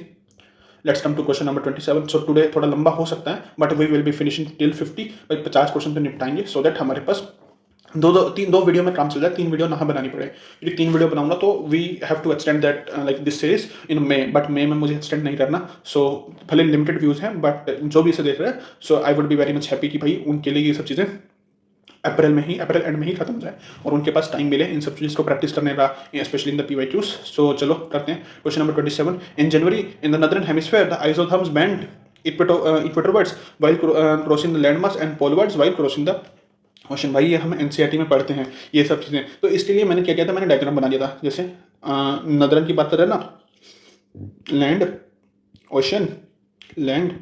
ओशन, थोड़ा स्पेस चाहिए हो रहा है ना, तो कर लेते हैं। लैंड हो गया, ओशन हो गया, लैंड हो गया और ओशन हो गया। सिमिलरली लैंड है, ओशन है, लैंड है, ओशन है। अब जनवरी है तो इनकी सर्दियाँ, सर्दियों में रिलेटिवली पानी होता है गर्म, एंड जो अपना है क्या कहते हैं, और लैंड होती है ठंडी। तो ठीक है, अगर लैंड का टेम्परेचर है 25-30 ऊपर जाएंगे तो ठंड बढ़ेगी। लैंड हो गया 20-25, तो क्या जा रहा है लैंड के लिए, ठीक है, अपना क्या हो रहा है, ये ऐसे हो रहा है ना, ऐसे बन रहा है। तो क्या कह रहा है कि in January in the northern hemisphere the isotherms bend equatorwards while crossing the land mass. तो लैंड मास के टाइम पे, जैसे ये लैंड है अपना, तो लैंड मास के टाइम पे कहाँ आ रहा है, इक्वेटर में आ रहा है। इक्वेटर यहाँ पर इक्वेटर है अपना, तो यहाँ पर वो आ रहा है, लाइक जो आइसोथर्म है वो इक्वेटर की तरफ जा रहा है। And while crossing the land mass and polewards while crossing the ocean, तो पोलवर्ड्स ओशन की तरफ ऐसे बन रहा है। ठीक है, ये अपना लैंड है तो इक्वेटर की तरफ जा रहा है, और ये ओशन बीच में है तो ये अपना उधर जा रहा है। तो this is logic, by this logic statement 1 is correct. In January the air over the ocean is warmer than the land mass in the northern hemisphere and we read about the specific heat and this is the context कि ठीक है भाई, सर्दियों में जो है जनवरी के महीने में जो वार्म, क्योंकि पानी का टेम्परेचर थोड़ा हल्का गर्म होता है relatively because of the specific heat, तो उस बेसिस पे second statement is correct. And इसका जो है मैंने ऑप्शन मार्क किया था ए। लेट्स सी कि कोचिंग वाले क्या कहते हैं, कोचिंग वालों के हिसाब से भी यही इसका आंसर है। ठीक है, तो let's come to question number 28. In the context of effect of water on rock, chalk is known as a very permeable rock, whereas clay is known as quite as an impermeable और least permeable rock। भाई ठीक है, जो चौक है या जो वो थोड़ा permeable है, और जो अपनी क्ले है वो इम्परमेबल है। Chalk is porous and hence can absorb water, ठीक है भाई, चौक जो है पोरस है वो अब्जॉर्ब कर सकता है। Clay is not at all porous, clay जो है बिल्कुल भी पोरस नहीं है, ठीक है। जिसने भी थोड़ा सा पढ़ा है भाई, क्ले के बाद ही तो उसी से तो दलदल बनता है, क्ले से, क्ले वाली मिट्टी से ही तो दलदल बनता है। अब दलदल अगर बन रहा है तो भाई वो बिल्कुल ही पोरस नहीं है क्या, उसमें पानी थोड़ा सा भी पेनिट्रेट नहीं हो रहा। So by this logic I mark this option incorrect and consider this correct. तो by this logic I mark इसका आंसर सी। लेट्स सी कि कोचिंग वाले क्या बोलते हैं। हाँ, कोचिंग के हिसाब से भी, फोरम के हिसाब से भी इसका आंसर जो है सी है। So this is a logic. तो थोड़ी नॉलेज चाहिए आपको। एंड यहाँ पर देखो not at all, not at all, भाई इतना एक्सट्रीम क्यों बना रहा है यूपीएससी? कुछ ना कुछ तो पोरोसिटी होगी ना, तभी तो वो नॉट एट ऑल का मतलब क्या भाई, वो कंप्लीटली कंक्रीट है, तो फिर वो तो पानी उसके ऊपर ही रहेगा, मिट्टी अलग हो जाएगी और पानी ऊपर ही रहेगा। तो भाई ऐसा तो कुछ नहीं हो सकता, हल्के हल्के पोर्स तो होंगे ना, तभी तो पानी उसमें डिजोल्व हो रहा है, लाइक वो पानी के साथ मिल रहा है सॉल्यूशन, उसका मिक्सचर बन रहा है, तभी तो दलदल बन रहा है वहाँ पे। Let's come to question number 29. Atmospheric gases like carbon dioxide are particularly good at absorbing and trapping radiation. इसी को ग्रीन हाउस गैस बोलते हैं, ग्रीन हाउस गैस इफेक्ट बोलते हैं, ठीक है। Statement 3 is correct. Heat absorbed and trapped by atmosphere maintains our planet average temperature. इससे के लिए तो कार्बन डाइऑक्साइड इंपॉर्टेंट है कि भाई अगर कार्बन डाइऑक्साइड या ग्रीन हाउस जो गैसेज हैं वो नहीं होंगी तो अपनी जितनी भी टेरेस्ट्रियल रेडिएशन है, लोन वेव रेडिएशन है, वो सब दोबारा एटमॉस्फेयर में लॉस्ट हो जाएंगी, वो स्पेस में चली जाएंगी वापस। But these are the gases जो उसको ट्रैप करती है, उसी के कारण जो है अपना टेम्परेचर मेंटेन होता है। This is something very basic which we read, तो this is a part of our knowledge. तो statement 2 is also correct. Without the atmosphere, temperature would be very well below freezing point everywhere on the earth surface, everywhere on the earth, अगर भाई without the atmosphere temperature would be well below freezing point everywhere on the earth surface। भाई देखो everywhere ये बोल रहा है कि भाई अगर टेम्परेचर एटमॉस्फेयर नहीं हुआ, फॉर एग्जांपल ट्रोपोस्फेयर वाली जो लेयर है वो नहीं हुई, तो ऐसे जो लेयर्स हैं वो नहीं हुई, तो जो है अपना अर्थ का जो सरफेस टेम्परेचर है वो फ्रीजिंग पॉइंट हो रहा है एवरी पॉइंट से, ठीक है। अब कुछ क्वेश्चन इसका आंसर बोल रहे हैं सी, कुछ बोल रहे हैं डी, बट मैंने जो इसमें अपना लॉजिक लगाया था, मैंने इसमें लॉजिक लगाया था कि भाई वोल्केनोस तो है ना हमारे पास, एंड इट सेज कि एवरीवेयर, अब everywhere on the earth surface, everywhere, everywhere का मतलब अभी हर जगह, हर जगह कोई ऐसा भी पॉइंट नहीं हो रहा जहां पर फ्रीजिंग पॉइंट से नीचे नहीं है, जहां पर फ्रीजिंग पॉइंट से नीचे नहीं है।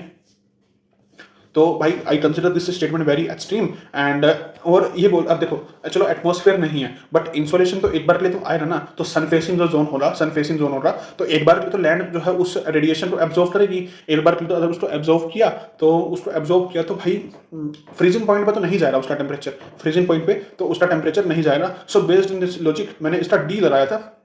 लेट्स क्योंकि ये इसके बाद जब ये ऑप्शन ये जो डिस्कशन हुआ था यूपीएससी के पेपर के बाद, प्रीलिम्स के पेपर के बाद, so there were certain institutes जिन्होंने इसका सोर्स बताया था एंड ये किसी आर्टिकल में से यूपीएससी ने स्टेटमेंट्स उठाई हैं और ये as it is statement UPSC ने वहां से उठाई है। सो यूपीएससी इसका आंसर सी भी दे सकता है, यूपीएससी इसका आंसर डी भी दे सकता है, but my logic says by और काफी इंस्टीट्यूट्स ने भी बोला है कि इसका आंसर डी होना चाहिए, because one is a very extreme and I am considering forum का अभी आंसर की, तो फोरम के बेसिस पे इसका आंसर डी है, तो I will just mark it D now. अभी जब आंसर की आ जाएगी तो उसके बाद हम will be doing it for one more time 2025 का पेपर, स्पेशली दोस्त क्वेश्चन जहाँ पर लॉजिक जो है अप्लाई नहीं हो रहे।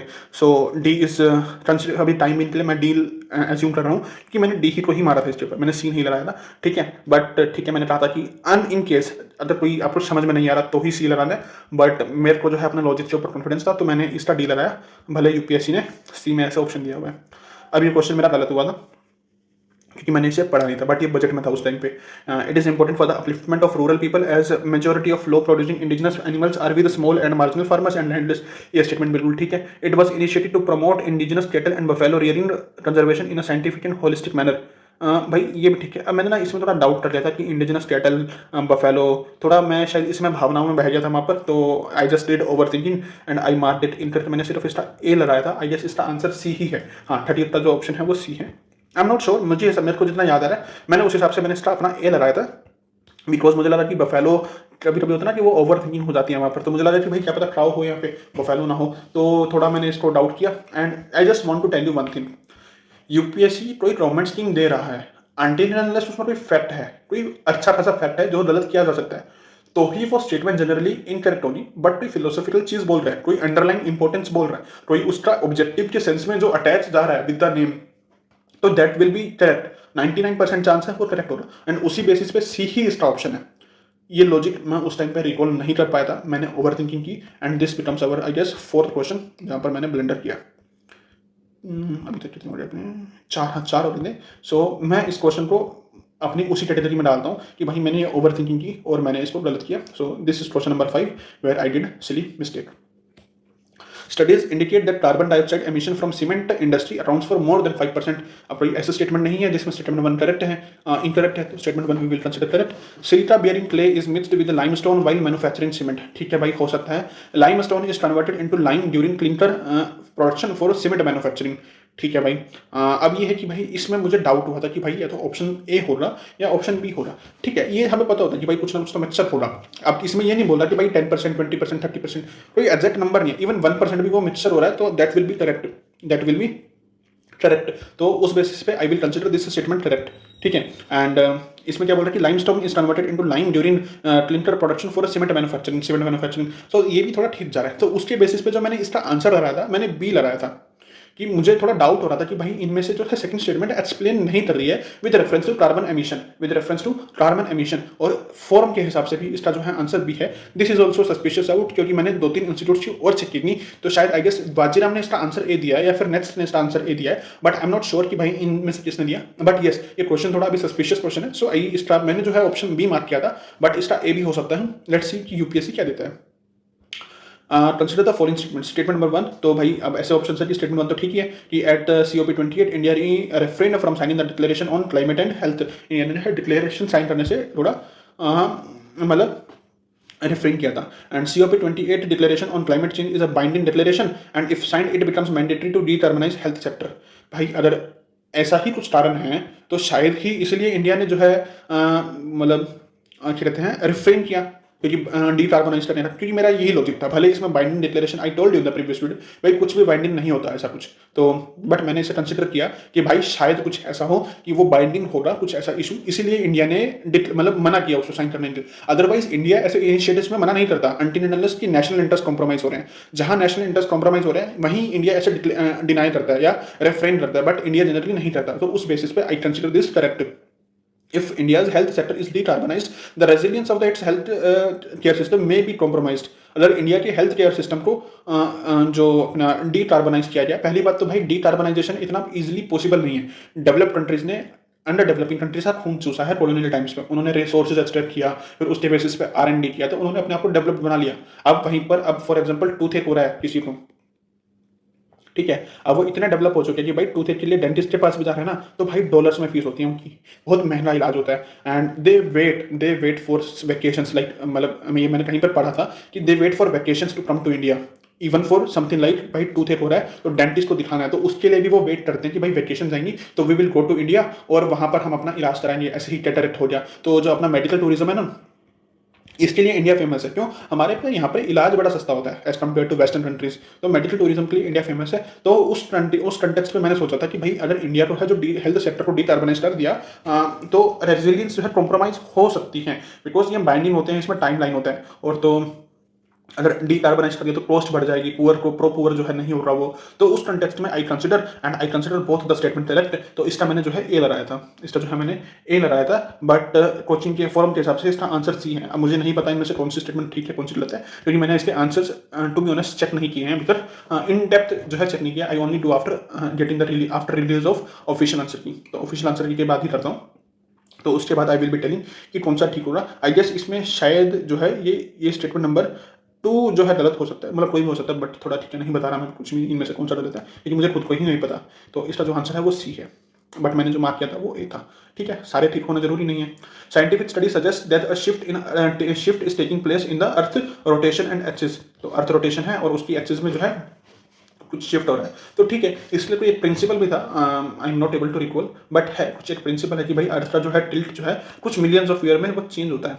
ठीक है, solar flares and associated coronal mass ejections bombarded the earth outermost atmosphere with a tremendous amount of energy। ठीक है भाई, हो सकता है। As the earth polar ice melt, the water tends to move towards the equator, the water moves tend toward the equator। अब जो है भाई आइस मेल्ट होगी तो वेट कम होगा तो थोड़ा बैलेंस डिस्टर्ब होगा, तो उस बेसिस पे स्टेटमेंट नंबर 3 इज करेक्ट। मैंने इसे ऐसे करेक्ट कंसिडर किया था। ठीक है, अब स्टेटमेंट नंबर 2 है, solar flares and associated coronal mass इजेक्शंस bombarded the earth outermost atmosphere with ट्रेमेंडस amount of energy. भाई कितना ही ट्रेमेंडस अमाउंट ऑफ एनर्जी उड़ाएगा, ठीक है, ट्रेमेंडस अमाउंट ऑफ एनर्जी है, तो उसके बेसिस पे रोटेशन और उसका एक्सिस उसका बदल जाना थोड़ा मुझे एब्सर्ड लगा था, क्योंकि हमारे पास जो है आउटर में अपनी क्या कहते हैं अपनी मैग्नेटिक फील्ड है, अर्थ की जो ज्योग्राफिकल जो मैग्नेटिक फील्ड है वो हमारी है, तो उस बेसिस पे I consider this statement incorrect और मैंने इसका सी लगाया था, ऑप्शन मैंने इसका जो है सी लगाया था। एंड कोचिंग के हिसाब से इसका आंसर बी है, बट मैंने इसका सी लगाया था। वही बात है कि भाई हर क्वेश्चन आपका ठीक नहीं हो सकता,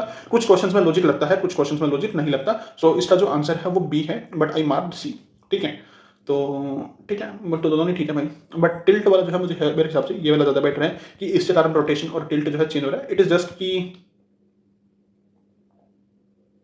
नहीं नहीं, sorry sorry sorry sorry, I will check it in the next video, मैं अपने पेपर में से देखूंगा, मेरे हिसाब से मैंने इसका बी ही लगाया था, हाँ, क्योंकि वो बोल रहा ना बहुत स्टेटमेंट, बट ठीक है, मुझे श्योर नहीं है, तो मैंने बी ही लगाया था, सी लगाया था, बट ठीक है, अभी मैं चेक कर लूँगा, तो नेक्स्ट जब हम 2025 का पेपर दोबारा ट्राई करेंगे, दोबारा सोल्व करेंगे, उस बेसिस पे we will be doing it. And this says ठीक है भाई, ये स्टेटमेंट जो है ठीक बोल रहा है, क्योंकि स्टेटमेंट तो गलत नहीं है ना, कि क्योंकि जो सोलर फ्लेयर्स होती हैं या जो फिर इजेक्शन आ रहे होते हैं भाई, उनकी एनर्जी बहुत ज़्यादा होती है, उनकी एनर्जी बहुत ज़्यादा होती है, तो भाई ट्रिमेंडस अमाउंट ऑफ एनर्जी तो होती है उनकी, और वो बॉम्बार्ड भी करते हैं हमारे एटमॉस्फेयर को। इट इज़ जस्ट कि जो हमारी मैग्नेटिक फील्ड है वो बचा लेती है अर्थ को, तो उस बेसिस पे दिस स्टेटमेंट इज रॉन्ग। तो जितना अच्छा मैंने वो स्टेटमेंट अभी बताते हुए अच्छे से नहीं पढ़ा था, मैंने अभी थोड़ा दोबारा ध्यान से देखा, तो इट इज पॉसिबल कि 99% चांस यही है कि मैंने इसका ऑप्शन जो है बी ही लगाया था, but in the paper I will check कि भाई मैंने क्या मार्क किया था। For the time being just consider कि बी ही इसका आंसर है, वैसे आंसर तो बी ही है, बट मैंने जो मार्क किया था वो नेक्स्ट टाइम मैं आपको बता दूंगा।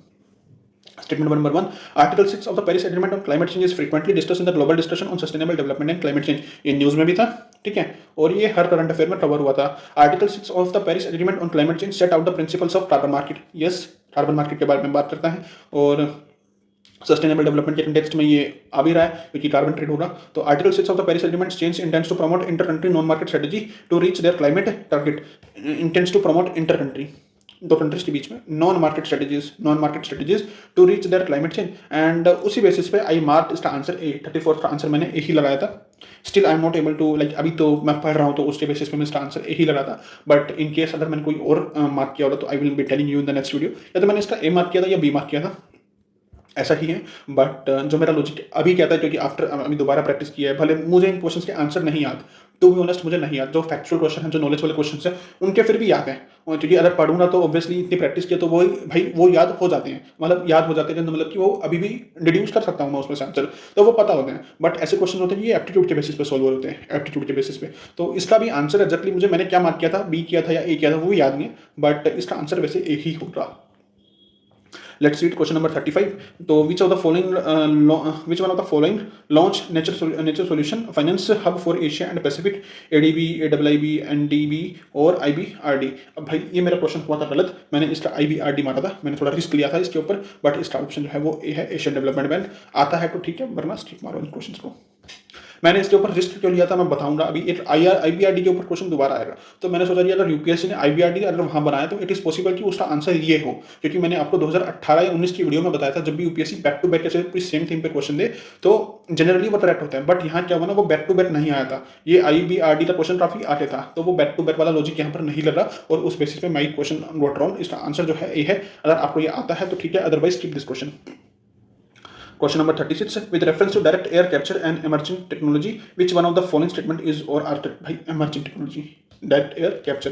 In aviation, it can be a source of carbon for combining with hydrogen to create synthetic low carbon fuel. कुछ अच्छी बात हो रही है, कार्बन कैप्चर हो रहा है, कुछ अच्छी बात हो रही है, तो this is I will consider this correct. It can be a valuable approach for plastic pollution and in food processing. भाई डायरेक्ट एयर कैप्चर है, इमर्जिंग टेक्नोलॉजी है, ठीक है भाई, प्लास्टिक प्रोडक्शन हो रहा है, पॉल्यूशन इज प्रोडक्शन है, तो भाई कुछ अच्छा ही बात हो रहा है। It can be used as a way of carbon sequestration, carbon capture के बारे में बात हो रही है तो सिक्वेस्ट्रेशन, एंड इट सेज कि it can be used as a way single way, मतलब as an key the way, एक ऑप्शन हो सकता है, तो I consider this correct. And एक चीज थोड़ा नोटिस करना, जब भी यूपीएससी से नन की बजाय पूरा देना, none of the above statement is correct, तो भाई डी के ऊपर चांसेस तो बहुत कम है, रेयरली ही कुछ डी वो जो है ठीक होगा, otherwise option C will be our answer. Regarding peacock tarantula consider the following. अब पिको टेरेंटुला भाई उस टाइम पे ये न्यूज में था, बट मैंने नहीं पढ़ा था, तो उसके बेसिस पे मुझे ये क्वेश्चन नहीं आता था, but I have to attempt this question, तो मैंने इसमें रिस्क लिया था, तो उस बेसिस पे अब मुझे याद नहीं कि मैंने इसका ऑप्शन क्या मारा था, बट मुझे अभी पता है कि टेरेंटुला क्या होता है। टेरेंटुला बोलते हैं स्पाइडर्स को, टेरेंटुला बोलते हैं स्पाइडर्स को, बट मुझे उस टाइम पे नहीं पता था, but I took a risk in this question.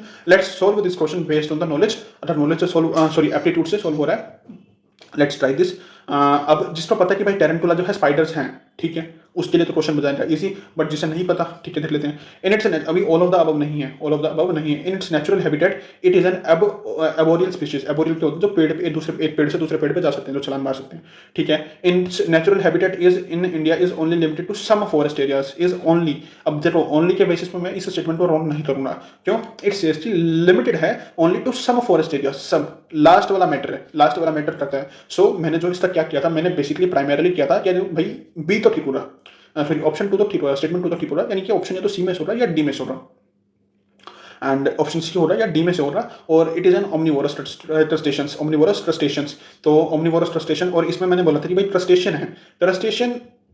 अब आर्बोरियल स्पीशीज का कोई रिलेशन नहीं मुझे लग रहा, आर्बोरियल रिलेशन का मुझे कोई लाइक कोई रिलेशन नहीं मिला उसका, तो उस बेसिस पे मैंने इसका डी मारा था। And I told you whenever you are confused between C and D, you can go with D, you can go with D. उस बेसिस पे मैंने शायद इसका डी ही मारा था, but I will confirm you कि भाई इसका ऑप्शन क्या है, और वैसे आंसर की के हिसाब से इसका आंसर डी ही है, but I am not sure कि मैंने इसका क्या मारा था, बट इतना श्योर हूँ कि भाई मैंने सेकंड स्टेटमेंट को ठीक माना था। तो मैंने आंसर सी लगाया है या डी लगाया। In the next video I will tell you कि भाई इसका क्या ऑप्शन था, या जो मैंने क्या लगाया था। Let's see question number 38. Carbon dioxide emission in India are less than 0.5 trillion, like less than हाँ ट्रिलियन ही बोलते हैं ना इसको, हाँ शायद कुछ ऐसे, tons, sorry tons carbon dioxide per capita. In terms of CO2 emissions from fuel combustion India rank second in the largest, second in the Asia Pacific reason.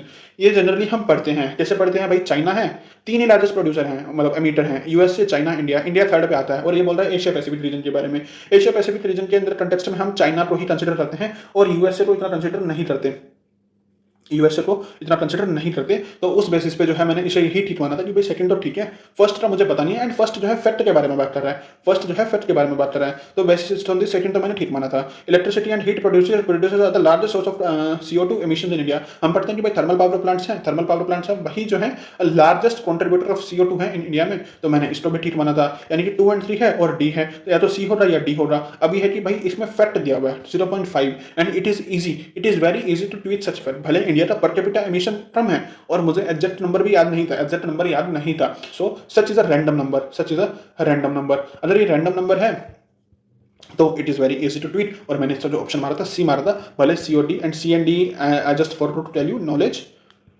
Aptitude या लॉजिक, और गेस या रिस्क। तो ये जो सी and D है ना, सी या D या ए या डी में से कोई चूज करना है, वो अपना आता है रिस्क वाली कैटेगरी में, बट मैंने इसमें अपना एप्टीट्यूड लगाया था, इसमें एप्टीट्यूड लगाया, तो उस बेसिस पे क्या अपना सोल्व हुआ कि सी आता है, ठीक है। Let's see question number 39। Consider the following pairs, plant description, cassava, ginger, Malabar spinach, mint, papaya. Only 1, only 2, only 3। भाई मुझे सब ऑप्शंस नहीं आते थे, मैंने 8 बंद की पढ़ने के बाद, और मैंने मारा 3 n-2। अभी इसमें कुछ इंस्टीट्यूट्स बोल रहे हैं कि भाई 3 हो रहा, कुछ बोल रहे हैं 4 हो रहा। तो अगर यूपीएससी का वही लॉजिक आता है कि भाई 5 स्टेटमेंट्स हैं, उसमें से 2 ठीक होंगे और 3 ठीक होंगे, n-2 वाला ठीक हो रहा, तो उस बेसिस पे अपना जो है बी ही आंसर है हो रहा, और मैंने इसका बी लगाया। लेट्स सी कि कोचिंग वाले क्या कहते हैं, कोचिंग वालों के हिसाब से भी बी ही इसका आंसर है। Let's see question number 40। अब चलो 40 तक ही करेंगे, ठीक है, उसके बाद जो है अपना दूसरे वीडियो में देख लेंगे। नेक्स्ट में देखते हैं। With reference to the planet Earth consider the following statement. Rain forest produces more oxygen than that produced by, sorry, rain forest produce more oxygen than that produced by ocean. जो rain forest है वो ज्यादा oxygen produce करते हैं then ocean. भाई ये अपना static का पार्ट है। वी नो कि भाई अपने जो फाइटोप्लैंक्टन है या कोरल्स वाला जो एसोसिएशन है, उसमें उस कंटेक्स्ट में रेन फॉरेस्ट से ज्यादा प्रोडक्टिविटी अपनी ओशंस की होती है। रेन फॉरेस्ट से ज्यादा प्रोडक्टिविटी ओशंस की है बिकॉज ऑफ फाइटोप्लैंक्टन्स, एंड उस बेसिस पे आई न्यू दिस ऑप्शन, तो मैंने 1 को ठीक माना, मैंने 1 को ठीक माना। एंड आई टोल्ड यू जब भी यूपीएससी ऐसे देगा none of the above following is correct, तो ये तो गलत हो रहा, इतना लंबा यूपीएससी क्यों ही दे रहा है। तो चलो सेकंड और थर्ड में से देखते हैं। Marine phytoplanktons and, sorry first को मैंने गलत माना था, फर्स्ट को मैंने गलत माना था, तो मेरा आंसर वैसे ही भी आ जाता, बट ठीक है, अब डायरेक्ट तो आंसर मार नहीं सकते, हमें दूसरी स्टेटमेंट्स भी पढ़नी है, भले आता हो या ना आता हो, लॉजिक तो लगाना है। अब देखो, marine phytoplanktons and photosynthesis bacteria produces about 50% of world oxygen, 50% of world oxygen. क्या बोल रहा है कि जो मरीन फाइटोप्लैंक्टन्स है या जो फोटोसिंथेसिस बैक्टीरिया है वो 50% प्रोड्यूस करती है। तो देखो भाई, statement number 1, statement number 2, they are contradictory to each other, they are contradictory to each other. क्यों? वो कह रहा है कि भाई रेन फॉरेस्ट जो है 50% से ज्यादा प्रोड्यूस करता है, मतलब रेन फॉरेस्ट जो है प्रोड्यूस करता है ज्यादा ऑक्सीजन देन ओशन। और ये बोल रहा है कि मरीन फाइटोप्लैंक्टन्स ही 50% प्रोड्यूस कर लेते हैं। अगर 50% प्रोड्यूस कर लेते हैं मरीन फाइटोप्लैंक्टन्स, तो भाई रेन फॉरेस्ट कैसे प्रोड्यूस करेगा ज्यादा, रेन फॉरेस्ट कैसे प्रोड्यूस करेगा। And if you have the basic knowledge, तो उसके बेसिस पे you will eliminate option number 1 and option number 2 will be correct, because दोनों में से एक तो ठीक होगा, दोनों तो गलत नहीं हो सकते। तो उसके बेसिस पे B will be our answer, B will be our answer. So this is our answer and we will be stopping this video here only. We will be moving the next part. चलो next part में करेंगे और movie निपटा देंगे। 60 question बचे हैं। So I hope you are getting this logic. तो इन लॉजिक्स पे आपको पता चल रहा है कि भाई ऐसे ऐसे क्वेश्चन सॉल्व हो सकते हैं। And this is a way which based on which कि 100 के 100 क्वेश्चन नॉलेज के बेसिस पे सॉल्व नहीं होंगे। 30 to 35 क्वेश्चन होने जो नॉलेज से सॉल्व हो जाएंगे। 15 to 20 क्वेश्चन वो वैसे होंगे जहां पर कुछ आपको आता होगा, कुछ नहीं आता होगा, या 25 भी हो सकते हैं, वो ज़्यादा भी हो सकते हैं, जहां पर सारे स्टेटमेंट शायद नहीं आते, एक स्टेटमेंट आता है, 2 आते हैं। तो उसके बेसिस पे भी ऐसे ही लॉजिक्स के थ्रू आंसर्स निकाला जाता है। तो चलो अभी नेक्स्ट वीडियो में कंटिन्यू करेंगे। और अभी तक जो है अपने 5 क्वेश्चंस जो है ऐसे हो रहे हैं जो मैंने जिसमें ब्लेंडर किया है बिकॉज ऑफ ओवर थिंकिंग। तो ठीक है, will see you in the next video. तब तक के लिए जय Hind, keep studying very hard. और चलो बाकी में देखते हैं। और जो 2018-19-20 वाला है वो लिंक जो आपको डिस्क्रिप्शन में मिल जाएगा, you can refer to that. या फिर आप चैनल में भी देख सकते हैं। और टेलीग्राम का जो लिंक है वो अपना डिस्क्रिप्शन में मिल जाएगा। So you can join our Telegram as well. In case you have any doubt you can text me directly on email, या फिर आप मुझे टेलीग्राम पे भी टेक्स्ट कर सकते हैं @rentrals CSC। Let me check it first. या it is rentrals CSC। I was confused, dot तो नहीं है बीच में। तो you can telegram me here as well. So I will be replying to your text. So see you in the next video. Till then, bye. Jai Hind. Keep studying hard. Let's meet in the next video.